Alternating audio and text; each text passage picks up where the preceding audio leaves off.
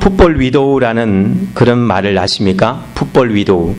우리나라에는 이런 단어들이 쓰이지 않겠지만 유럽에서는 이런 용어들이 다 공공연하게 쓰이는 용어입니다. 왜 이런 말들이 나왔냐면 지금 유럽에 뭐 경제적인 어려움도 있지만 경제적인 어려움들은 뒷전이고 실제로 유럽의 국민들은 어디 열광하고 있냐면 유로 2012 그 축구 경기에 열광하고 있습니다. 이 축구 시즌만 되면 막 그냥 밤낮이 없는 것이죠. 실제로 이 열정은 대한민국의 축구 팬들도 밤을 잊은 채로 그 축구 경기를 볼 정도로 굉장히 세계적으로 뜨거운 열기가 있는 그런 경기입니다. 그런데 여자들보다는 아무래도 남자들이 여기에 열광하게 돼 있잖아요. 그래서 만들어지는 용어입니다. 남자들이 이 축구 때문에 오직 밤이나 낮이나 TV 앞에서나 아니면 경기장에 그렇게 남자들이 몰려가다 보니까 여자들은 어떻게 됩니까? 홀로 보내는 시간들이 많아지는 거예요. 그래서 생긴 말들이 풋볼 위도우, 이게 우리나라로 말하면 축구 생가부회입니다. 축구 때문에 생가부가 된 그런 상황. 이런 말들이 생길 만큼 열기가 굉장한 것이죠. 그런데 문제는 이렇게 축구 생가부들이 이 축구 열기와 마찬가지로 그때가 되면 한 웹사이트가 있는데 그 사이트에는 엄청난 인기를 끈다는 것이죠. 그게 뭐냐면은 혼외 만남을 주선하는 웹사이트예요. 그러니까 우리가 불륜이라고 말하죠. 불륜을 조장하는 웹사이트에 이 축구 기간만 되면 얼마가 늘어나냐면은 여자들이 77%가 늘어난다고 얘기합니다. 그리고 축구를 하는 그 경기 시간에 그 경기가 더 많은 관심을 끌면 끌수록 이 사이트의 여자들의 접속률은 더 많아진다는 것이죠. 그러니까 TV 시청률이 축구 경기의 TV 시청률이 올라가면 올라갈수록 이 웹사이트에 접속하는 여자들도 많아집니다. 남자들이 조심해야 돼요. 내가 어느 한 곳에 한눈 팔고 있는 사이에 아내들은 다른 데도 한눈 팔 수 있다는 것.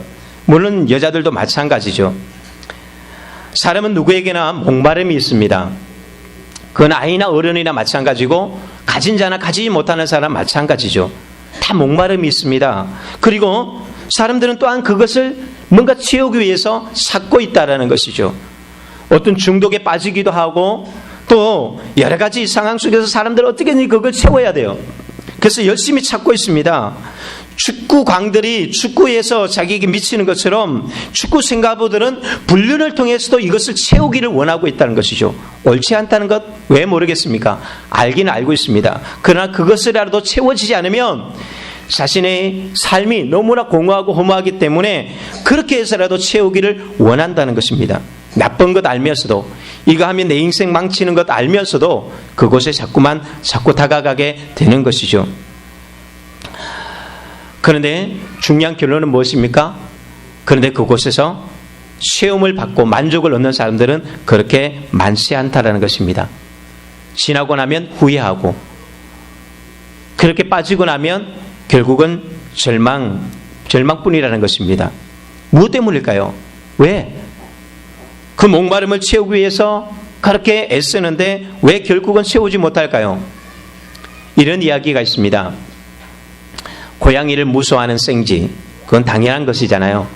근데 유독 고양이를 굉장히 무서워하는 이 생쥐가 있는데 마법사가 보니까 너무 불쌍한 거예요. 그래서 이 생쥐를 뭘로 바꿔줬냐면은 고양이로 만들어줬습니다. 고양이로 딱 만들어줬더니 어떨까요?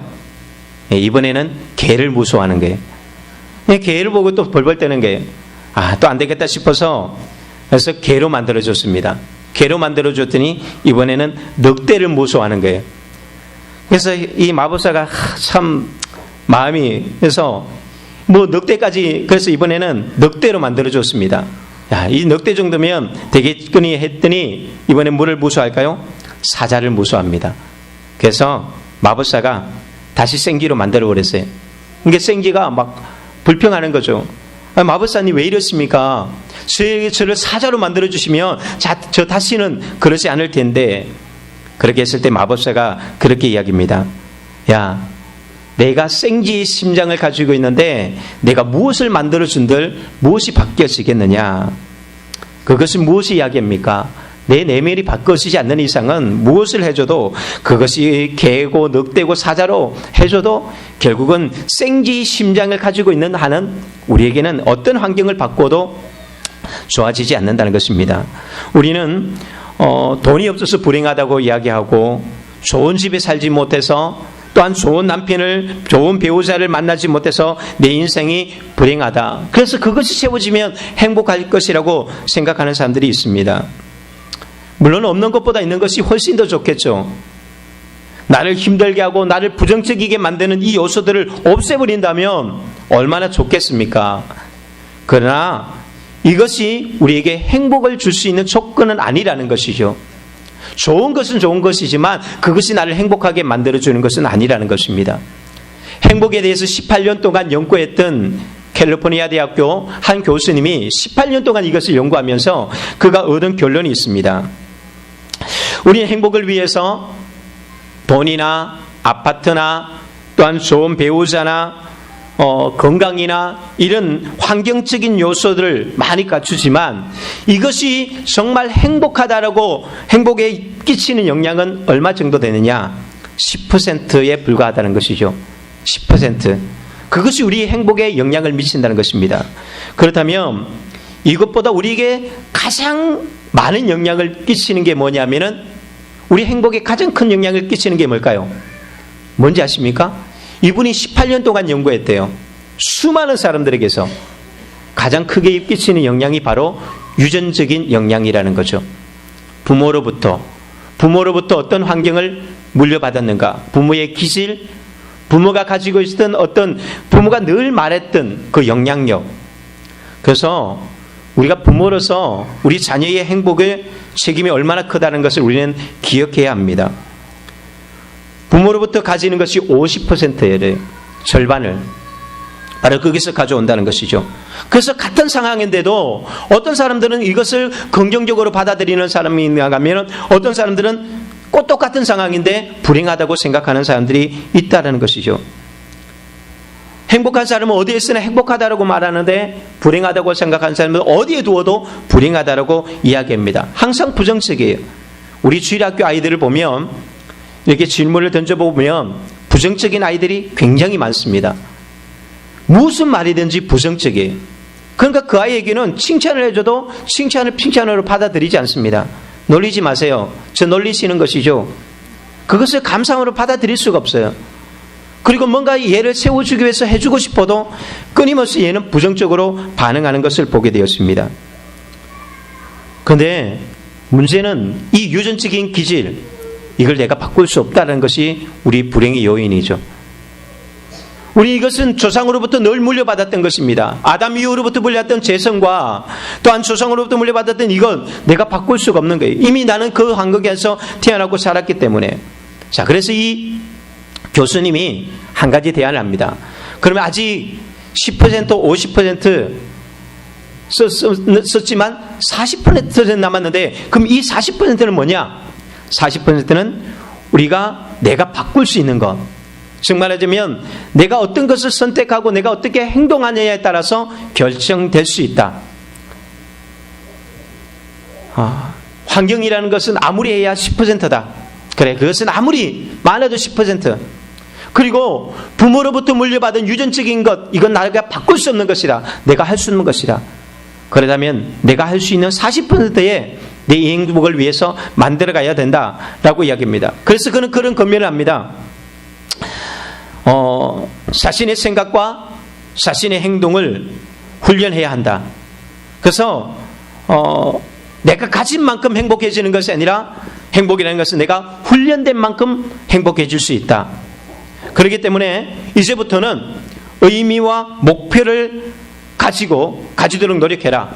막연하게 살아가지 말고 의미와 목표를 분명하게 가지라. 그리고 매사에 기쁨을 찾는 연습, 감사의 연습, 원만한 관계를 위해서 친절한 연습, 스트레스를 해소하는 연습들, 몸과 영혼을 잘 돌보는 그런 연습들을 하라고 이야기합니다. 자, 우리가 이런 말들을 들으면 소위 이런 것을 우리는 자기 개발이라고 얘기하죠.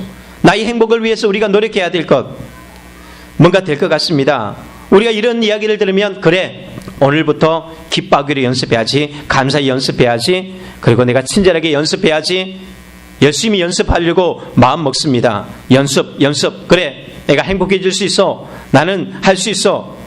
우리가 여러분들이 설교 들을 때도 그런 마음들이 들 것입니다. 그래서 오늘부터, 내일부터 내가 이렇게 하리라. 우리는 참 많이 다짐합니다. 왜? 행복해지고 싶으니까, 복받고 싶으니까, 잘되고 싶으니까. 문제는 내 영혼이 병드는데 그게 되겠습니까? 그게 될 것 같았으면 벌써 된 것이죠. 그 이야기를 들을 때는 너무나 신비로처럼 뭔가 이루어질 것 같처럼 느껴지지만 결국은 작심삼일에 끝난다는 것이 문제입니다. 우리는 매년마다 다짐하고 또한 그렇게 다짐해 봅니다. 이제 한 해의 절반이 넘어가는 시점에 있습니다. 우리는 이 시점이 지나가면 또 다짐하겠죠. 내가 뭔가 하리라. 내가 기쁘게 살아가리라. 감사하며 살아가리라. 웬만한 데서는 내가 투정 부리지 않으리라. 사람들과의 관계를 위해서 친절하게 대해줄 것이다. 스트레스를 이겨낼 것이다. 몸과 영혼을 위해서 내가 뭔가 열심히 하겠다. 그런데 오래 가지 않는다는 것입니다. 처음 들을 때는 이런 이야기들의 희망이 불어옵니다. 그런데 이런 이야기가 내가 실패하는 가운데 이런 이야기 들으면 어떻게 되죠? 나중에는 지겨워지는 거예요. 그래서 설교는요, 내가 변화되지 못하면 설교는 만큼 따분한 게 없어요. 처음에 설교 들을 때는 은혜가 충만하죠. 모든 것은 내 인생을 다 바꿔줄 것 같습니다. 그런데 내가 진짜 변화되지 않으면 다음부터는 아유, 목사님 또 똑같은 이야기 안 해요. 그거요, 내가 한두 번 한 것 아닙니다. 아유, 목사님 그래봤자 나 아무것도 바뀔 것 없어요. 그래서 그 다음부터는 우리가 메리트에 빠지는 것이죠. 자기 메리트가 없어 보이는 것이죠. 그래서 자기 생각 속에 빠져버리고 매너리즘에 빠지게 됩니다. 그리고 그냥 설교도 설교 타느니 뭐 누가 아무리 막 강사들이 외쳐봤자 아유, 그렇게 떠들어봐라. 왜 그럴까요? 설교가 잘못됐을까요? 이 교수님이 하신 이야기가 잘못됐을까요? 아니, 다 맞는 이야기예요. 문제는 무엇입니까? 내가 생기의 심장을 가지고 있는데 그것을 바꿔준들, 그렇게 해본들 할 수가 없다는 것이죠. 다 환경을 갖춰둬도, 만들어줘도, 다 가르쳐줘도 안 된다는 것입니다. 거듭나기 전에. 오늘 이 사마리아 여인의 이야기는 우리가 무엇을 우리가 정말 변화시켜 줄 수 있는가, 진짜 내 인생을 행복하게 만들어주는 것이 무엇인지를 잘 보여주는 이야기입니다. 이 사마리아 여인은 이 여인도 똑같은 갈급함을 가지고 자신 인생의 갈급함을 채우기 위해서 그는 결혼을 5번을 했습니다. 그리고 6번째 또 다른 남자를 만나고 있습니다. 그가 5번이나 6번이나 그렇게 남자를 만나고 이혼할 수밖에 없었던 이유가 무엇일까요? 이유는 몇 가지겠죠. 세워지지 않기 때문에 그렇겠지만 그가 의지할 곳이 또한 없었기 때문입니다. 그는 가족으로부터도 외면당했던 것입니다. 사람들에게도 외면당했습니다. 자기가 사랑한다고 만났던 남자들에게도 외면을 당했습니다. 결혼을 해도 계속해서 버림을 당하는 거죠. 사람을 만나는 것이 그래서 두려웠습니다. 그럼에도 불구하고 그는 그 집착에서 벗어나지는 못하고 있는 것이죠. 그런데 오늘 성경에 나와 있는 이 여인의 모습을 보면 이 여인은 완전히 180도로 바뀐 거예요. 사람을 만나기를 그렇게 두려워했던 이 사람이 지금 마을로 들어가서 사람들에게 여러분 나오십시오 라고 외치고 있다는 거죠. 사람 만나기 싫어서 대낮에 우물떠러 나왔던 이 여인이 어떻게 순식간에 이렇게 바뀌었을까요? 우리는 성경을 보면 도무지 방법적인 이 캘리포니아 신비학 교수님이 말했던 그런 방법적인 예수님이 대안을 말해주지 한마디도 하지 않았습니다. 예수님께서 너 행복해지고 싶지, 너 목마르지, 내가 채워줄 것을 줄 테니까 너 오늘부터 기쁨을 연습하고 감사를 연습하고 이런 것들을 연습해야 된다. 예수님께서 방법을 가르치고 설교를 했던 것이 아니었습니다. 무엇이었습니까? 그냥 예수님과 대화했던 것이에요. 그런데 대화하는 중에 그냥 자기가 변화된 것이죠. 이걸 뭐라고 얘기하는지 아십니까? 진짜 예수님을 만난 것이고 거듭났다라고 얘기합니다. 예수님을 진짜 만나면요 이렇게 바뀌는 거예요. 내가 바꾸려고 해서 이 여인이 연습해서 노력해서 바꿔졌던 것이 아니라 그냥 예수님과 이야기하는 가운데 그가 변화받았다라는 것이죠. 사람들은 그냥 예수님과 만나고 예수님과 대화하면 그러면 다 바뀌는 것은 아니에요. 여러분들이 예배의 자리에 나와 있기 때문에 내가 기도하면 그냥 자연적으로 바뀌는 것은 분명히 아닙니다. 오히려 그런 사람들에게는 오히려 상처만 더 입을 수도 있습니다. 말씀을 들으면 들을수록 더 상처받을 수 있습니다. 왜요? 예수님이 너무나 분명하게 이야기를 하거든요. 상처를 건드려버리거든요. 이 여인도 예수님께서 친절하게 다가왔을 때에 왜 이러세요? 당신은 유대인이면서 어떻게 사마리아인 여자인 나와 이야기하려고 해요? 사랑으로 다가가고 친절하게 다가갔지만 이 여인은 처음에는 거부했습니다. 그러니까 예수님을 만나기 때문에 막 사람들이 다 바뀌어지는 것은 아니에요. 예수님과의 관계, 친밀한 관계 속으로 들어가야만 되는 것이죠. 상처가 많을수록 오히려 이런 것에 대한 거부 반응이 심할 수밖에 없습니다. 그러면 이 여인을 바꾸는 것이 무엇입니까? 우리가 지난주에 나눴던 말씀처럼 가장 먼저는 예수님 안에서 진정한 자신을 발견하는 것인데 그 발견하는 과정 가운데 첫 번째가 무엇이었습니까? 예수님은 이 여인의 무엇을 건드렸습니까? 그 여인의 상처를 건드렸던 것이죠. 그 여인의 아픔, 그 여인의 문제를 거론하고 나갔다는 것입니다. 그런데 이것은 어느 누구도 거론하고 싶어 하지 않는 것입니다. 감추어두고 싶고 묻어두고 싶고 꼭꼭 가둬놓고 싶은 것인데 예수님은 그 상처는 드러내야만 돼. 너희가 치료받기 위해서는 그거 아프지만 드러내야 돼. 그래서 하나님의 말씀은 좌우의 날숨검과 같은 예리한 말씀처럼 때로는 우리의 깊숙한 것을 콕콕 집어내는 거예요. 하나님은 내가 감추고 싶었던 그것을 말씀을 통해서 확 드러내는 것이죠. 내가 감추고 내서 해결되는 것이 아니라는 거죠. 우리가 진정 변화되기를 원한다면 주님 앞에서 나를 드러내십시오. 정말 내 인생이 변화받기를 원한다면 주님 앞에 솔직해져야 됩니다. 그리고 그것을 인정해야 합니다. 처음에는 여인이 예수님께서 너 남편 5이 있지? 지금 남편이 있는 남편도 네 남편이 아니지? 처음에는 여인이 이것에 대해서 부정했습니다. 네, 저는 없습니다. 저는 남편이 없습니다라고 이야기했죠. 그러나 예수님께서 다 이야기하니까 인정합니다. 예수님 정말 빙고 선지자로서이다 라고 말하는 것이 예수님 정말 정확합니다. 너무나 정확하게 알아갔다는 것이죠. 바로 그렇게 내 자신에 대해서 주님 맞습니다. 나는 그런 존재입니다.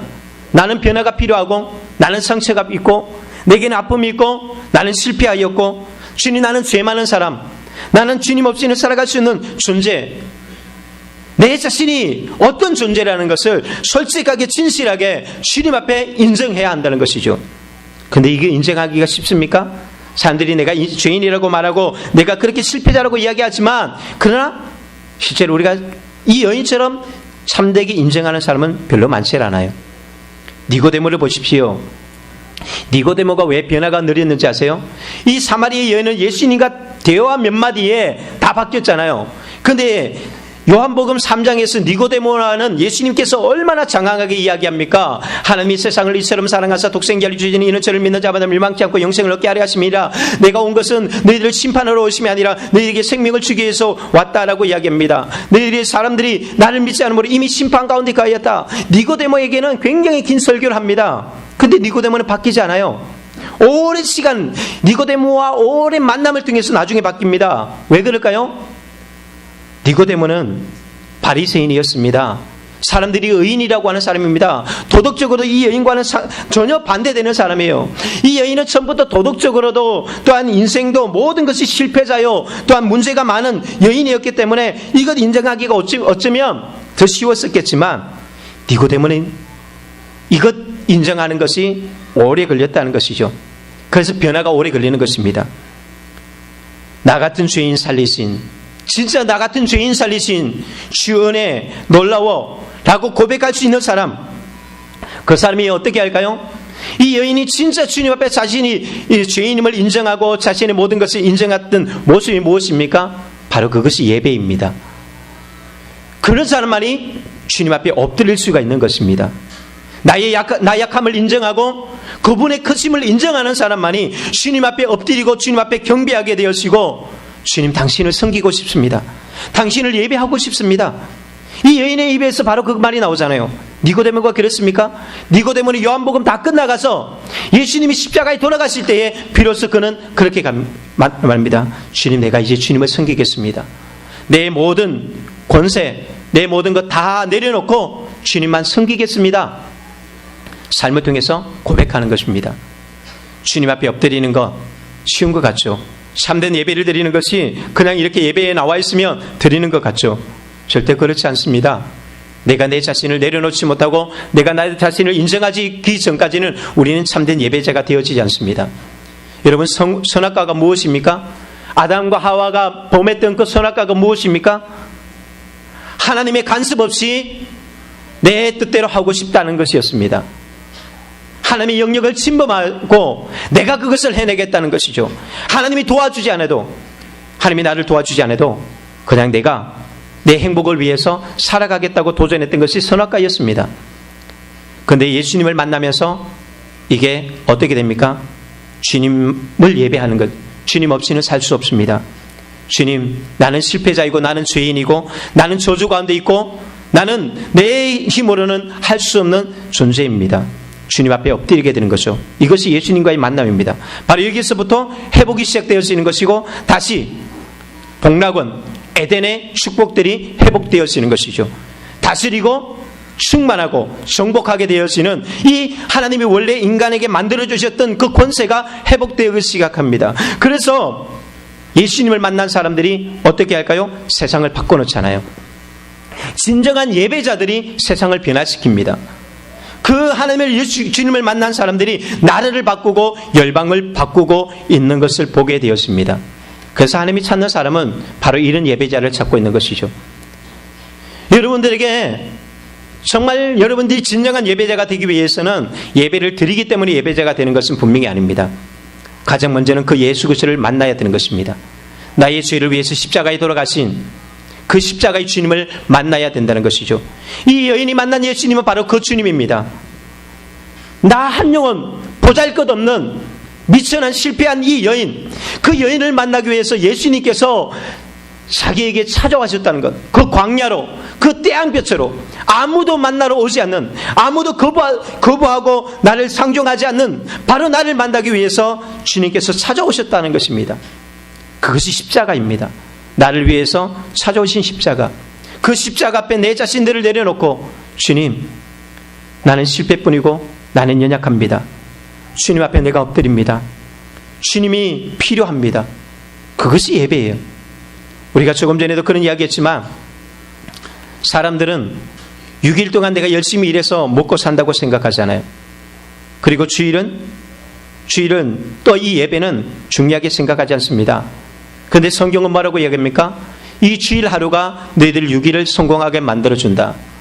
이 예배가 너희 인생을 성공하게 만들어준다라고 이야기합니다. 여러분들이 이것이 바뀌지 않는 한 여러분들은 예배자가 될 수가 없습니다. 왜 예배 드리는가? 왜 예배의 열정과 예배에 헌신해야 되는가? 이것이 내 인생을 바꾸기 때문입니다. 노아가 홍수를 만났을 때에 폐허 가운데 했던 것이 무엇이었습니까? 시체의 썩은 냄새가 날 수밖에 없고 모든 것이 다 싹 떨어져간 노아 홍수 사건 이후에 노아가 할 수 있었던 것은 주님 앞에 엎드리는 것밖에 없었습니다. 아브라함이 미지의 땅, 고향 친척 아버지 집을 떠나서 가나안 땅에 갔을 때에 그곳에는 자기 집도 자기 땅도 친척도 아무도 없습니다. 그래서 아브라함이 할 수 있었던 것은 그냥 단을 쌓는 것이에요. 그는 가는 곳마다 주님 여기도 함께 해 주십시오. 여기도 임재해 주십시오. 그래서 그는 예배 드리는 거예요.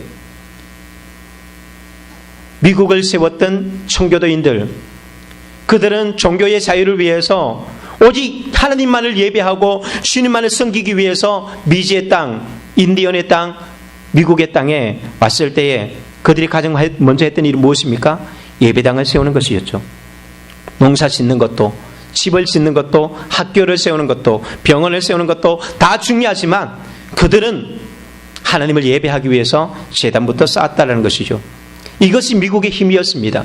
그 미국이 미국되게 했던 힘은 바로 여기에 있었다는 것이죠. 지금 이것이 무너지기 때문에 미국도 동일하게 무너지는 것입니다. 오직 우리가 진정한 하나님 앞에서 온전한 예배, 그것은 주님 앞에 내 자신이 완전히 죽어지고 주님의 은혜로 살겠다고 하는 그 마음, 그 열정, 그 믿음 없이는 예배자를 쓸 수가 없습니다. 삶이 막막하고 답답할 때에 그때 우리는 예배 자리로 나가야 합니다. 예배는 그냥 액세서리가 아닙니다. 드리면 시간 나면 드려지는 것이 아니라 예배가 생명이요, 예배가 축복이요, 예배 안에 승리가 우리의 모든 은혜가 있음을 기억하고 우리는 그 예배 자리로 나가야 합니다. 예수님을 만났을 때에 가장 첫 번째 반응이 바로 이것이었습니다. 예배 드리고 싶다. 교회 가는 게 좋다. 하나님이 좋다.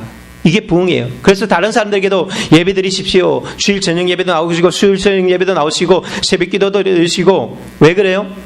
예배 안에 축복을 아는 사람만이 그런 것이죠. 그런데 우리 예배는 어떻습니까? 마치 도살장에 끌려가는 양처럼 그렇게 교회에 오는 사람들 많죠. 정말 억지로 내가 또 오늘도 참아줘야지. 또한 순교하는 마음으로 앞자리에 오는 사람들 참 많죠. 내가 오늘 순교하는 마음으로 내가 앞자리 간다. 그러니까 예배가 예배 같습니까? 예배가 정말 도살장에 끌려가는 것처럼 그것은 예수 그리스도가 십자가 지실 때에 쇠락한 모습을 이야기하는 것이지 예배 드리러 나갈 때에 그런 마음으로 나가려고 이야기하지 않습니다. 이 여인이 이렇게 바뀌고 나니까, 내면이 바뀌고 나니까, 주님을 향해서 열리고 나고 자신을 인정하고 다 바뀌고 나니까요, 오늘 보니까 어떤 모습으로 바뀝니까? 그의 모든 삶이 다 바뀌지 않습니까? 그는 가장 먼저 했던 일이 이것이었습니다. 28절에 보면 물동이를 버려두고 라고 이야기합니다. 이 여인은 이렇게 자신 안에 내면에 진정한 예배자로 주님 앞에서 자신을 드렸을 때에 그는 가장 먼저 했던 일이 물동이를 내려놨다는 것이죠. 물동이는 무엇입니까? 지금 자신이 갈급함을 채우기 위해서 이 대낮에 올 수밖에 없던 이유입니다. 오기 싫었죠? 오고 싶었겠습니까? 정말 죽을 만큼 오기 싫었던 것이 물들어 오는 것이었습니다. 그런데 올 수밖에 없습니다. 왜? 물 안 마시면 죽거든요. 죽으니까 살기 위해서는 그래도 와야 하는 거예요. 태양빛에 그 뜨거운 태양을 아래에서 와야 하는 것입니다. 이게 생존의 문제입니다. 그런데 그 여인이 그것을 버려두었다는 것입니다. 우리는 먹고 사는데 직업을 버리고 또한 일하지 말라는 이야기가 아닙니다. 목적이 달라졌다는 것입니다. 이 여인이 목적이 이제는 달라진 것입니다. 그는 더 이상 물을 위해서 살아가는, 물만 떠다 나르는, 밥만 먹고 사는 것이 목적이 되지 않았다는 것이죠. 실제로 그는 물길로 오기도 얼마나 싫어했는지 예수님과 대화 속에서 보면 이 여인이 물길로 와가지고 무엇을 안 가져왔는지 아세요? 그릇도 안 가지고 왔습니다. 그는 예수님이 이야기 속에 그렇게 얘기합니다. 예수님, 여기는 그릇도 없고 우물이 깊은데 여기는 그릇도 없다라고 이야기합니다. 여기 그릇도 안 갖고 왔다는 거죠. 그만큼 그가 지금 마음이 안정되지 못한 거예요. 정말 물들어 오기는 왔지만 이것마저도 실제로 좋아서 하는 것이 아니에요. 죽을 만큼 그냥 직장생활 하긴 하는데 정말 마지못해서 살게 하니까 직장생활 짜증나죠. 가정이 행복하겠습니까? 아무것도 살맛이 나지 않습니다. 즐거운 것이 없는 것입니다. 삶의 목적이 없는 거예요. 그냥 숨쉬기 위해서 하긴 하지만 그것마저도 지옥과 같은 것이죠. 아무 생각 없이. 그런데 중요한 것은요, 이 여인이 이렇게 아무 생각 없이 삶의 목적도 없이 이렇게 물들어 왔다가 예수님을 만났다는 것입니다. 혹 여러분들이 오늘 교회 나올 때에 그냥 아무 생각 없이 엄마 아빠가 나오라 그러니까 그냥 아내가 사람들이 그냥 오라 그러니까 안 가면 또 목사님이 화내고 뭐라 그럴 것 같으니까 그냥 그렇게 아무 생각 없이 나왔다 할지라도 정말 이 시간을 통해서 그 예수 그리스도를 만나기를 예수 그리스도로 축원드립니다. 그러면 다 바뀌는 거예요. 우리가 예배가 왜 중요하냐? 이것이 예배거든요. 내가 정말 전혀 생각하지 못한 가운데 하나님은 예배에 놓으신 은혜가 있고 그 속에서 하나님의 손길이 있음을 알게 됩니다. 그리고 이 여인은 동네로 들어갑니다. 그것을 버려둔 채로 동네로 들어갑니다. 그 동네가 어떤 곳입니까? 자기를 손가락질하고 자기를 욕하고 만나고 싶지 않았던, 정말 그래서 대낮에 왔던, 상종하고 싶지 않았던, 내가 제일 싫어하는 사람, 내게 상처를 가장 많이 주었던 사람, 그런데 그곳으로 갔다는 거죠. 이것은 관계 속으로 들어갔다는 것입니다. 다 관계가 깨어졌는데 이 여인이 이제 관계 속으로 들어가는 거예요. 깨어진 관계 속으로. 이게 치유와 회복입니다. 치유가 일어났을 때 가장 먼저 달려가는 곳이 어딘지 아십니까? 나를 가장 힘들게 했던 사람에게.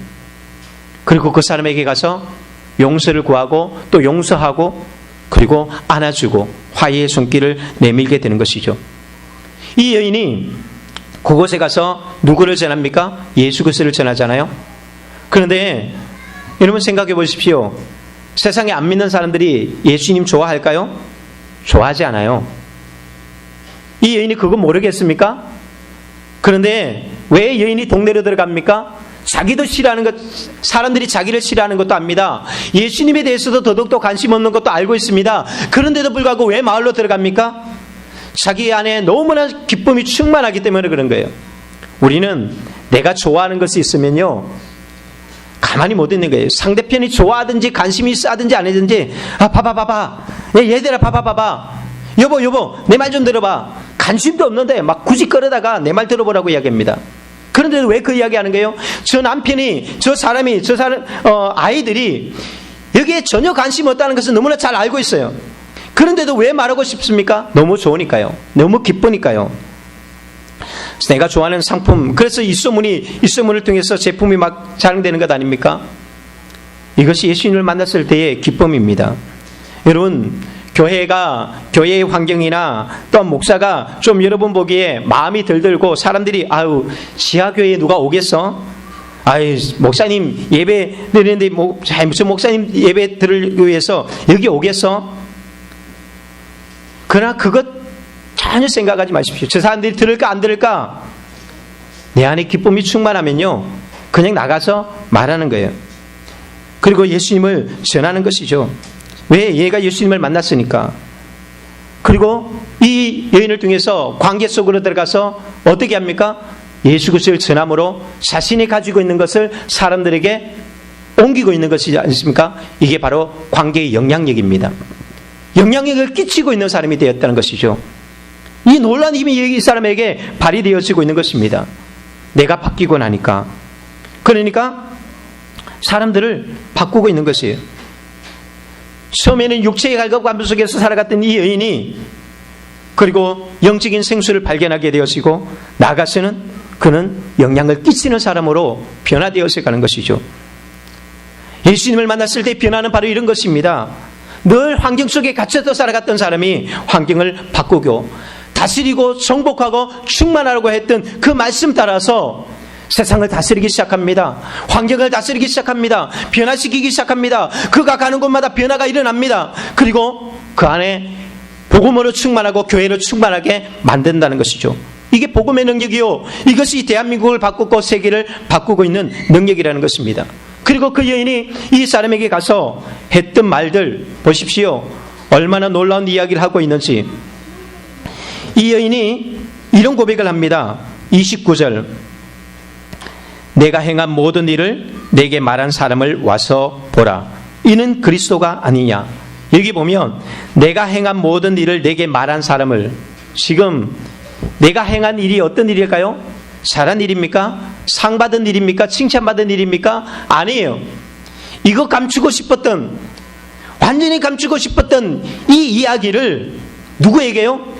자기에게 조롱하고 욕하는 사람들에게, 여러분, 나는 이런 사람입니다. 내가 이렇게 살아갔던 사람입니다. 그런데 이것에 대해서 알고 있는 그 주님에 대해서 이가 공개적으로 이야기한다는 것이죠. 사람들은 간증을 들을 때에 이런 간증들의 충격을 받을 때가 있습니다. 그렇잖아요. 저 사람이 과거에 그런 사람이었단 말이야. 전혀 그렇게 보이지 않는데, 어떤 때는 어떤 간증들은요 부담이 갈 수도 있습니다. 더 이상 당신에 대해서 내가 너무나 오해할 것 같을 처럼 너무나 부담 가는 간증이 있을 수도 있습니다. 그런데 왜 이 이야기를 할까요? 내가 행한 일, 그것이 좋은 일이 아닙니다. 부끄러운 일입니다. 정말. 그런데 그것을 커밍아웃 하였습니다. 동성애자들이 커밍아웃 하는 것을 이야기하지 않습니다. 그것은 그들이 은혜 받아서 하는 일이 아닙니다. 오히려 다른 사람들을 죄로 부끄러운 줄을 모른 채로 다른 사람들 죄로 오염시키는 사람이 있지만, 이 여인의 커밍아웃은 그런 정도가 아닌 것이죠. 주님의 은혜가 자신의 죄보다 너무나 크기 때문에 그 주님의 은혜를 크게 나타내고 사람들이 주님께 돌아오게 만드는 것이었습니다. 우리는 은혜 받으면 내가 나를 다 커밍아웃 해야 되는 것은 아닙니다. 저렇게 모든 것을 다 공개해야 되는 것은 아니에요. 그런데 너무나 자신에게 주어진 은혜가 너무나 크기 때문에 그거 은혜를 말하고 싶기 위해서는 자신이 과거에 어떤 존재인 것을 말하는 것에 대해서 부끄러워하지 않는다는 것이죠. 사도 바울도 그랬고 성경에 나오는 간증하는 사람들의 이야기들은 다 그랬다는 것입니다. 허물의 사함을 얻고 그 죄의 가리우심을 받는 자는 복이 있도다. 자기 죄가 다 덮여졌다는 것이죠. 죄 많은 인생, 허물 많은 이 인생, 여러분도 다 나를 욕하고 여러분들도 나를 거부했는데, 그런데 예수님이 내게 오셔서 이런 죄인을 받아주시고 들어주시고 안아주시고 축복해 주신 그 주님, 이 여인은 바로 이것을 발견한 것입니다. 자신의 문제, 자신의 아픔들을 알아주는 예수님, 이 예수님을 만나면서 그는 다 변화되는 것이죠. 우리가 이것을 인정하는 것이 쉽지 않습니다. 무디 목사님이 수백만 명의 예수 그리스도를 인도했던 엄청난 부흥사인데, 이 무디 목사님이 어느 날 한 마을에 부흥회 하러 갔습니다. 근데 부흥회 하러 가기 전에 신문 기자들이 이 무디 목사님을 굉장히 싫어했던 것 같아요. 무디 목사님에게 관계된 험담들을 신문에다가 막 넣는 거예요. 이미 그 마을 사람들이 이 신문을 통해서 다 봤죠.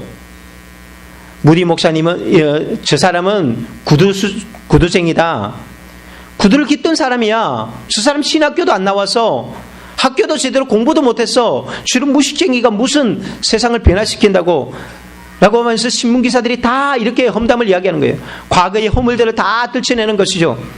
그래서 이 초청을 했던 사람들이 걱정을 합니다. 목사님, 오늘 신문에 이렇게 목사님에 대해서 이런 기사들이 올라왔는데 너무 안타깝습니다. 어떻게 하죠? 사람들이 목사님에 대해서 이상하게 바라고 은혜를 못 받으면 어떻게 될까 걱정을 하고 있는 거예요. 근데 목사님이 그런 이야기를 합니다. 웃으면서 내버려 두십시오. 신문에 나온 이야기, 그건 저희가 가지고 있는 허물에 비하면 그건 실제로 아무것도 아닌 것이죠. 저는 더 많은 허물들이 있습니다. 저는 그것보다 내가 말하지 않았던 훨씬 더 많은 허물과 부족한 것이 많은 사람입니다. 뭐 그거 가지고. 이게 자신 안에 이 모든 것들을 극복하고 나니까, 하나님의 은혜가 너무나 크기 때문에, 하나님의 은혜가 크고 나니까 허물들은, 자기의 약점들은 다 덮여지더라는 거예요. 그리고 여전히 그는 많은 사람들에게 영향을 끼쳐나가는 거죠. 그 집회가 실패했겠습니까? 아니죠. 오히려 더 많은 사람들이 자신들을 오프닝하면서 그들이 주님 앞에 드러내기 시작하는 것입니다. 나를 알아주고 나를 인정하는 것. 예수님께서는 이 여인의 아픔을 알면서도 그 여인의 아픔을 다 안아주는 거죠. 그것을 정죄하는 것이 아니라, 내가 너를 알아. 그래, 힘들었지, 아팠지. 그래, 내가 그래서 너에게 생수를 주고 싶은 거야. 나는 너를 축복하고 싶은 거야. 나는 네가 잘 되기를 원하는 거야. 예수님께서 오히려 이런 것을 알면서 이 여인에게 축복하고 있으니까 얼마나 감동이 오는 것입니까? 견딜 수 없는 것이죠. 우리가 영국에 그 유명한 결혼식들이 많이 있는데 두 가지 결혼 이야기겠습니다. 하나는 얼마 전에 1997년에 다이내비가 이 교통사고로 죽었던 일이 있죠. 그때 처음으로 나왔던 말, 대중적으로 알려졌던 말이 파파라치라는 말이 그때 나왔죠. 이 영국의 황태자와 결혼해가지고 그렇게 결혼했다가 결국은 결혼 생활 못 견디고 이혼하고 다른 남자랑 사귀다가 이 기자들이 또 이 카메라맨들이 쫓아다니다가 결국 그거 피하다가 교통사고를 당하지 않았습니까? 정말 불행한 여인이라고 이야기합니다. 그런데 그 여인이 결혼했을 때 왜 이혼을 하게 됐느냐? 자기 성격과 맞지 않아요. 13살 연상인데 나이 차이도 극복이 안 되고 자기 철학과도 전혀 맞지가 않는 거예요. 이 사람이 결혼 생활하는 동안에 5번이나 이 자살을 하려고 했다고 해요. 그런데 그것도 안 되니까 결국은 이혼했어요. 이혼해서 다른 남자를 찾아가는 것이죠. 이 남자랑 또 만나서 헤어지고 또 저 남자랑 만나다가 헤어지던 이런 말들로 언론들에 많이 오르내리다가 결국은 그런 비참한 인생을 맞이하게 됩니다.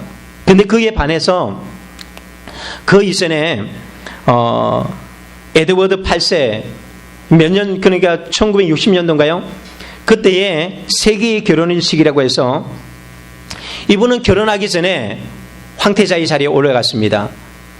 이 영국을 다스리는 엄청난 높은 자리에 올라갔는데, 근데 이 여인이 사랑한 여인이 이 왕이 사랑한 여인이 있죠. 누구였습니까? 미국의 신문 기자였습니다. 이것이 논란거리가 됐습니다. 영국 황실에서는 안 된다.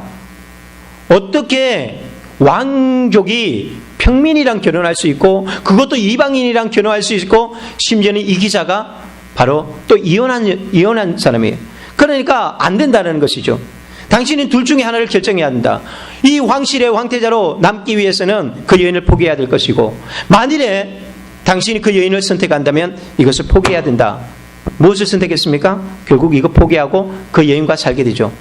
황태의 자리에 오니까, 평민의 자리에 오니까 먹고 살기 위해서 그런 사람들처럼 똑같이 일하고 고생하면서 살아갔습니다. 그리고 그가 장례식 때 되었을 때에 그가 죽고 나서 이 아내에게 기자들이 질문합니다. 도대체 당신에게 어떤 매력이 있어서 이 황태자가 그 아름다운 자리를 그만두고 당신을 이렇도록 사랑하였습니까? 여인도 고백합니다. 도무지 저도 모르겠어요. 지금까지 같이 살았지만 이 남자가 왜 나를 그렇게 좋아하는지 저는 도무지 알 수가 없어요. 내가 외모적으로 잘생긴 것도 아니고 뭐 그렇다고 능력 있는 것도 아니고 재산가도 아니고 아무것도 없는데 왜 나를 좋아하는지 전혀 저도 모르겠습니다. 그런데 단 한 가지, 그분이 사는 날 동안에 자기에게 했던 고백이 있다는 것이죠. 그것이 아닐까라는 그런 이야기를 했는데, 그게 뭐냐면, 당신은 내 마음속의 고독을 가장 잘 이해하는 사람이야 라고 이야기했다는 거죠. 자기의 아픔을 이해해 줬던 사람. 이 사마리아 여인이 예수님 안에서 경험되어졌던 것은 그것이에요.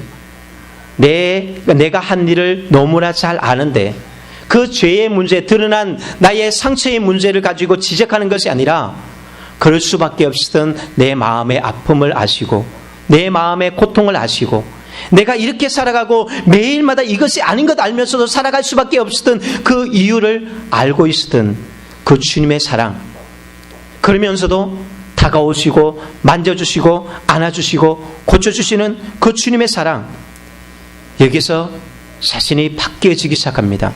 그리고 이렇게 사람들 앞에 담대하게 설 수 있던 이유가 무엇입니까? 자신감이잖아요. 회복이 된 것입니다. 사람들 앞에 내가 당당히 설 수 있는 것은 바로 이런 내 안에 회복이 되었을 때에 설 수 있는 것이에요. 여러분, 사람은 누구나 인정받기를 원하고 살아갑니다. 그거 가장 좋아하잖아요. 저도 마찬가지고 누구나 사랑받기를 원하고 인정받기를 원해요. 부모로부터, 형제로부터, 이웃으로부터, 성도들로부터, 목사로부터 인정받고 사랑받기를 원하잖아요. 그런데요, 우리가 가장 사랑받아야 될, 또한 사랑받기를 원하는 존재가 누구인지 아십니까? 누구에게서 인정받기를 원하는지 아십니까? 바로 자신이에요. 자기 자신이 스스로가 용납하지 못하고 스스로가 용서하지 못하는, 이게 가장 큰 것입니다. 그래서 다른 사람들은 용서하고 다른 사람들은 용납해주고 다른 사람들은 사랑해주고 축복해주는데도 불구하고 내가 나를 용납하지 못하는 거예요. 그래서 거부하는 것입니다. 에이, 말도 안 되는 이야기 하지 마십시오. 에이, 나를 조롱하는 것이죠. 그래서 스스로가 스스로를 억압합니다. 스스로를 소외시키는 것입니다. 스스로를 자꾸만 가둬버리는 것입니다. 그래서 남들이 하기 전에 내 스스로가 그런 거예요. 그래서 왕따라는 것이 생기는 것입니다. 왕따는 뭐예요? 사람들이 나를 조롱하고 나를 따돌림하기 전에 내 스스로가 나를 가두고 나를 왕따시키기 때문에 그렇습니다. 그래서 내가 그렇게 행동하는 거예요. 내가 왕따 당하게 내가 말하게 되는 것이에요. 부정적으로 이야기하고 부정적으로 행동하고, 그래 나는 원래 이런 사람이야. 너 그런 줄 몰랐어? 그래 나는 원래 상처가 있어. 그래 나는 죄가 있어. 나는 원래 집에서도 그랬고, 내 스스로가 사람들에게, 남들은 아무 이야기도 안 했습니다. 남들은 그 사람에 대해서 모릅니다. 모르는데 스스로가 그 환경 속으로 들어가면 그냥 처음부터 자기가 그렇게 해버리는 거예요. 그렇게 행동해버립니다. 그래서 자기를 가둬버리는 것이죠. 실제로 이 여인은 능력 없는 사람 아니잖아요. 5번, 6번 이렇게 남자를 만나고 결혼할 수 있다면 능력 없는 사람은 아니에요. 외모도 괜찮은 것입니다. 사람들에게도 괜찮다는 것입니다. 남자들이 다가올 만큼 외적으로 괜찮은 것이에요. 그럼에도 불구하고 자기 스스로가 가득기 때문에 자기의 이 결혼 생활은 계속해서 실패로 만들어가는 것이죠. 물론 우리가 용납하지 못하는 이유가 있습니다. 그래, 저 사람은 나를 모르니까, 목사님이 나를 모르니까 그렇게 칭찬하고 있지. 내가 얼마나 이기적이고, 내가 얼마나 교만하고, 내가 얼마나 성질이 못됐고, 그래, 목사님이 모르니까 저는 이야기하지. 우리는 내가 내 자신을 너무나 잘 알기 때문에 용납이 안 되는 경우들이 있습니다. 용서해 준다고 하는데도. 그래서 내가 나를 용서하지 못하니까 우리가 자신감이 사라지죠. 반대로 오히려 이런 사람들이 있습니다. 너무 자신감이 넘치는 사람이 있죠. 그런 사람들, 교만한 사람들을. 왜 교만은 왜 올까요? 이것도 또한 열등감에서 오는 것입니다. 자신 안에 있는 내면의 이 약점을 감추기 위해서 교만해지는 것이죠. 그래서 결국 교만은 어떻게 합니까? 또 다른 관계를 파괴시켜 나가는 것입니다. 둘 다 마찬가지예요. 내 내면에 있는 것을 그대로 드러내고, 그래 나는 이런 사람인데, 이것을 주님 앞에 드러내고 치유받았을 때에 우리는 교만한, 열등감 되기위해서 교만함이 아니라 자신감으로 나가게 되어지는 것이고, 그 자신감, 진정한 자신감은 사람들과의 관계를 원활하게 만드는 거예요. 이 사람과 만나도 좋아지고 저 사람과 관계도 좋아져요. 그러나 열등감에 사로잡혀 있는 사람들은 자신감이 있는데 자꾸만 관계를 파괴시켜 나가는 거예요.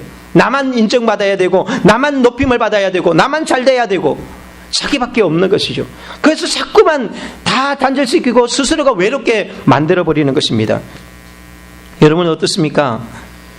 이 여인의 말이 이렇게 사실을 오픈하고 전했을 때 사람들의 반응이 어땠죠? 놀라운 것은요, 사람들이 이 여인의 말을 듣고 예수님께 나왔다는 사실입니다. 옛날 같으면 뭐라고 했을까요? 이 여인이 동네에 가서 동네 사람들 나와보십시오. 그러면 집안에서 뭐라고 했을까요? 제가 이 설교 시간에 나쁜 말은 못하겠지만 미 이렇게 정신이 나갔구나. 결혼 생활을 저렇게 많이 하더니 이제는 제정신이 아니야. 그 사람이 그 여인의 말에 귀를 기울이면서 반응하며 나갔을까요? 안 나갔습니다. 그런데 놀라운 것은 이런 여인이, 그들이 욕했던 이 여인의 말에 이들이 따라가고 있다는 것이죠. 영향력을 끼치고 있다는 것입니다. 사람들이 여기에 반응하고 있다는 것입니다. 무엇이 바뀐 거예요? 다른 게 바뀐 것이 아니라 여자가 바뀌었다는 것이죠. 내가 변하니까 사람들이 다르게 보기 시작하는 것입니다. 우리가 이런 말을 했습니다. 내 안에 빛이 있으면 사람들이 빛으로 나오겠습니다. 내가 어둠이 가득하면 사람들이 멀리하지만 내 안에 빛이 있으면요, 사람들은 빛으로 나오게 되어 있습니다. 내가 빛이 있고 내가 안에 기쁨이 있고 내 안에 행복하면요, 사람들은 내게 다가오는 것입니다. 그런데 이것이 내 노력으로 안 된다는 것입니다. 예수님이 우리 안에 넣어주셔야 되거든요. 그러기 위해서는 어떻게 해야 돼요? 예수님 말합니다. 내가 문 밖에 서서 두드리노니 누구든지 문을 열면 내가 그 안에 들어가서 그와 더불어 먹고 그는 나와 더불어 먹게 될 것이다. 문을 열어라. 그리고 네 마음을 문을 열어라. 너희의 상처, 너희 아픔, 그것을 다 드러내고 고백하고 내 앞에 엎드리라. 그러면 내가 너 안에 들어가서 너희의 상처를 싸맬 것이고 너희 아픔을 싸맬 것이고 내가 너를 치료할 것이다. 주님이 해주시는 거예요. 성령님께서 우리를 다 변화시켜 주시는 것입니다. 우리는 여러분들 주위에 내 모습 이대로 받아주고 나를 이해하고 또 나를 알아주는 사람, 그런 사람이 얼마나 있습니까? 심리학자들은 그런 이야기입니다. 자기 관계의 지성소 안에 3명만 있다면 이 사람은 행복한 사람이다. 자기 관계의 지성소 안에 3명. 이게 뭐예요? 관계의 지성소라는 것은 나를 이해하고 받아주고 용납하고 사랑해주는 사람 3명만 있으면 행복한 사람이래요. 그런데 우리에게는 3명은 고사하고 1명도 없을 때가 있습니다. 나를 알아주고 이해해주는 사람 없이 모두가 나를 비판하고 나를 곁눈질하며 나를 이상한 눈으로 바라보는 사람들이 더 많죠. 저는 먼저는요, 여러분들이 누군가에게 그런 사람이 되었으면 좋겠습니다. 아픔이 있는 사람에게 그 사람의 허물만 보는 것이 아니라 그 아픔을 만져주시고 싸매줄 수 있는, 그 사람의 관계의 지성소 안으로 들어갈 수 있는 사람, 그런 사람이 되어지고, 또한 여러분들 삶에도 이런 사람들이 많아졌으면 좋겠습니다. 그러나 때로는 아무도 없다 할지라도 단 한 명도 그런 사람이 없다 할지라도 오직 한 분, 하나님을 만나면 그분이 우리 영혼을 살려주실 줄로 믿습니다. 그 주님 앞에 엎드리십시오. 그리고 그 주님을 만나고 우리 삶을 정말 새롭게 하기를 예수 그리스도의 이름으로 축원드립니다. 아멘. 우리 찬양 드리겠습니다.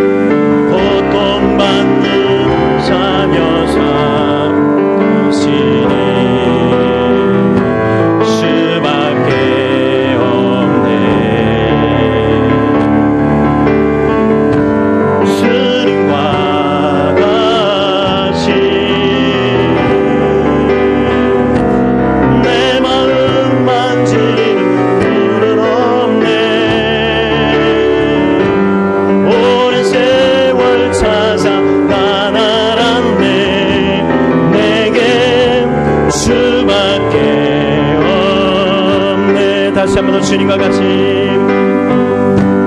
주님과 같이 내 마음 만지는 그는 없네. 오랜 세월 찾아 난 알았네. 내게 수밖에 없네. 주잡이 강간시를 들고 주 손께 치료하네. 고통받는 자녀 품으시네. 수밖에 없네. 주님과 같이 내 마음 만지는 분은 없네. 오랜 세월 찾아 난 알았네. 내게 수밖에 없네. 오랜 세월 찾아 오랜 세월 찾아 난 알았네. 수밖에 없네. 오랜 세월 찾아 오랜 세월 찾아 난 알았네. 내게 수밖에 없네. 저는 여러분들이 오랜 세월 지나서 이 주님을 만나지 않기를 원합니다. 결혼 5번 실패하고 또 실패하고 사업도 실패하고 인생도 실패하고 자녀 교육도 실패하고 다 실패하고 난 뒤에 인생의 항원기가 되어서 손보여 의지없어서 주 앞에 옵니다. 그런 고백이 없으면 좋겠습니다. 젊음의 날에 여러분들이 불태울 수 있는 이 젊음의 날에 주님 만나서 인생도 승리하고 가정도 승리하고 여러분들이 모든 삶을 승리로 만들어가기를 예수 그리스도의 이름으로 축원드립니다. 오늘 주님 말씀 붙들고 주님 내가 여기 있습니다. 나를 만져주시고 나를 고쳐주시고 주님 나도 새롭게 해주십시오. 내가 마음을 엽니다. 내 안에 오셔서 나를 이끌어주시고 나의 삶의 주인이 되어주십시오. 주님만을 예배하고 주님만을 섬기기를 원합니다. 주님만 따라가겠습니다. 주님 나를 인도하여 주십시오. 오늘 말씀 붙들고 함께 다 같이 기도드리겠습니다.